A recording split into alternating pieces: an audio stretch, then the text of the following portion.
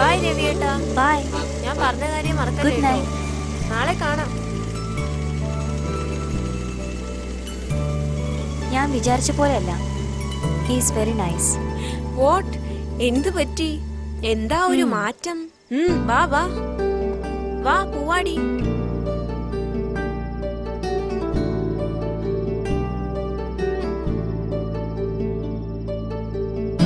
തിരക്കഥ പൂർത്തിയാക്കി എത്രയും പെട്ടെന്ന് ഷൂട്ടിംഗ് തുടങ്ങുവാനായി പോയ രവിയെക്കുറിച്ച് ആഴ്ചകൾ കഴിഞ്ഞിട്ടും ഒരറിവുമില്ലാത്തതിനാലാണ് ഞാൻ അവനെ തിരക്കി ഇറങ്ങിയത്. വളരെ വ്യത്യസ്തനായ ഒരു രവിയാണ് എനിക്കവിടെ കാണാൻ കഴിഞ്ഞത്.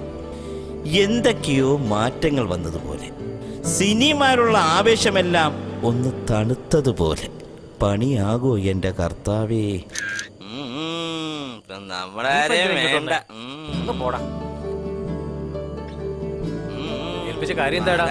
ഫിക്സ് ആയെന്ന് തോന്നുന്നല്ലടാ.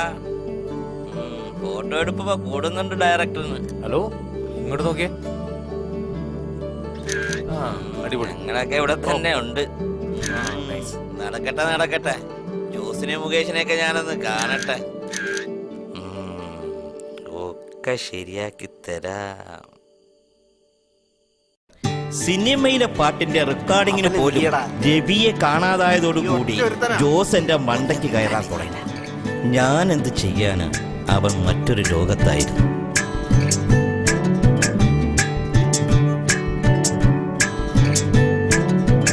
मोहब्बत की जन्नत यही है जहां आप हो जिया मेरा पिया.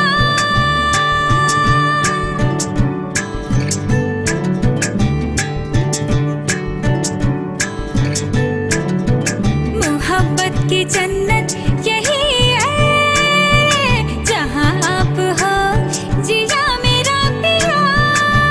तेरे बिना जीना. ഇപ്പൊ കുറച്ച് ആശ്വാസം തോന്നുന്നുണ്ടല്ലേ? നല്ല ചേഞ്ച് തോന്നുന്നുണ്ട്. ആകെ ഒരു മാറ്റങ്ങൾ. പക്ഷേ എനിക്ക് പേടിയാ, ഇനി ഞാൻ ഒറ്റയ്ക്കാകുമോന്ന്.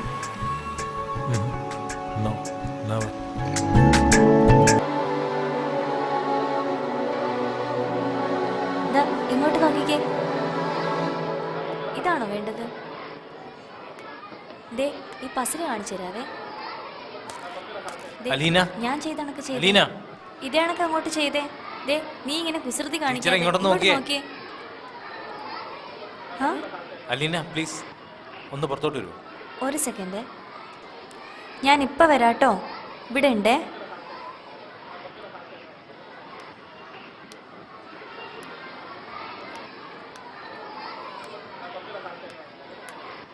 എത്രയും പെട്ടെന്ന് തന്നെ ഷൂട്ടിംഗ് തുടങ്ങണം.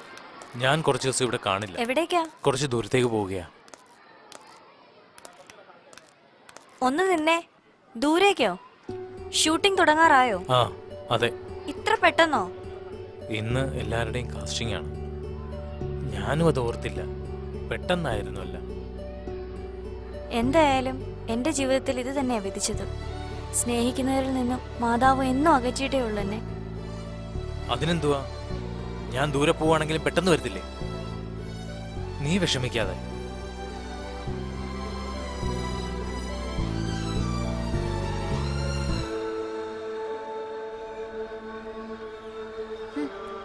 എനിക്കെന്താ, എങ്ങോട്ട് വേണമെങ്കിലും പൊക്കോ. ഇവിടുന്ന് പോകുന്ന കാര്യം അലീനോട് പറഞ്ഞു.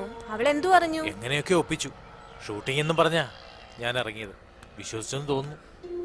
അവൾക്ക് നല്ല സങ്കടമായി കാണും. ഇനി എന്തൊക്കെയാണാവോ സംഭവിക്കാൻ പോണേ. നീ വന്നെന്റെ കാല് പിടിച്ചോണ്ടാ.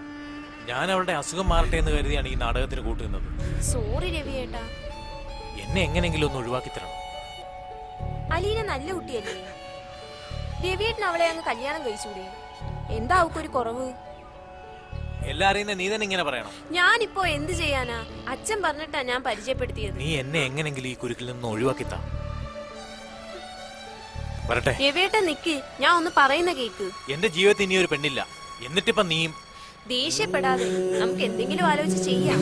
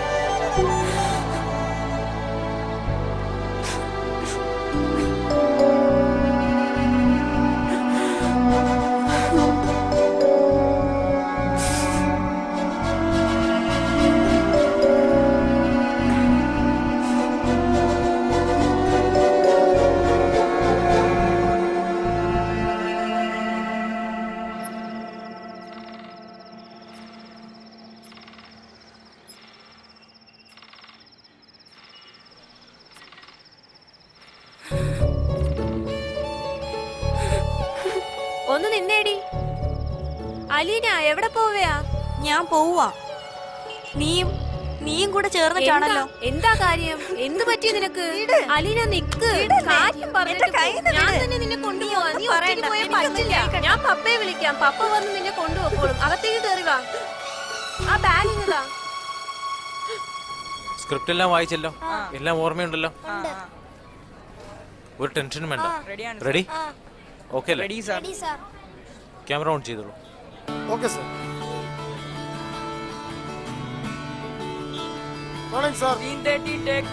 എഴുത്തുകാരിൽ നിന്നും സംവിധായകനിലേക്കുള്ള ദൂരം വളരെ കുറവാണെന്ന് രവി തെളിയിച്ചു. സ്വാമി, ഹലോ. ശരി, ആയിക്കോട്ടെ. ഒന്നിനൊരു കുറവ് വരരുത്. പൈസയ്ക്ക് കുഴപ്പമൊന്നുമില്ല, മുടക്കമൊന്നും ഉണ്ടാവരുത്. അങ്ങനെയൊക്കെ കൊള്ളാം, പക്ഷെ നിങ്ങളാരും ക്യാമറയിലേക്ക് നോക്കില്ല കേട്ടോ. ക്യാമറയിലേക്ക് നോക്കല്ലേ? ശരിയാവും, വേറെ കുഴപ്പമൊന്നുമില്ല. റെഡിയല്ലേ? Okay sir. റോൾ ചെയ്യാം. Rolling sir. ആക്ഷൻ. മനോജേട്ടാ എന്തായാലും തിരിച്ചടിച്ചേ പറ്റൂ. നീ ഒന്ന് അടങ്ങ്, എനിക്കറിയാം എന്താ ചെയ്യണ്ടേ. വളരെ പെട്ടെന്നായിരുന്നു ലവ് ബോണ്ടയുടെ ആദ്യ ഷെഡ്യൂൾ രവി സർ പൂർത്തീകരിച്ചു. ലൈറ്റ് മാറുന്നുണ്ട് സർ. ഈ അവസരത്തിലാണ് രവിക്ക് ലക്ഷ്മിയുടെ ആ ഫോൺ കോൾ എത്തുന്നത്. അതോടെ എല്ലാം തകിടം മറിഞ്ഞു. ആ പറഞ്ഞു, കേൾക്കാം. ഞാനിപ്പോ ഷൂട്ടില്ല, കുറച്ച് കഴിഞ്ഞ് വിളിക്കാം.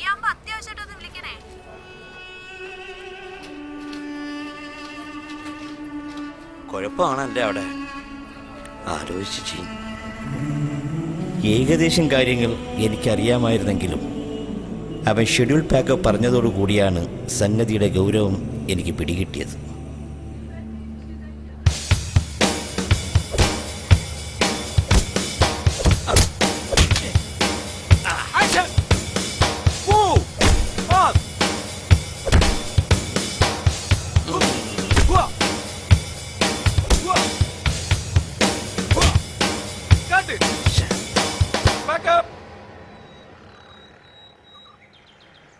ഹായ്, രവി സാർ എന്തി?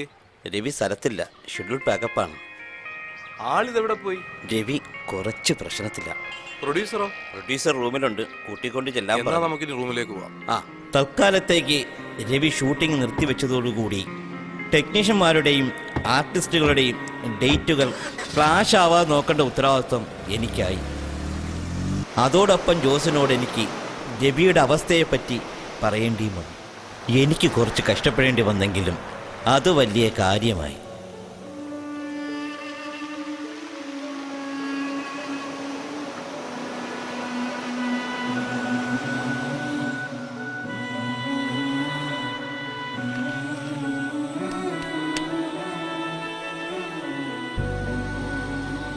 ജോസ്, എനിക്ക് കുറച്ചുകൂടെ സമയം തരണം.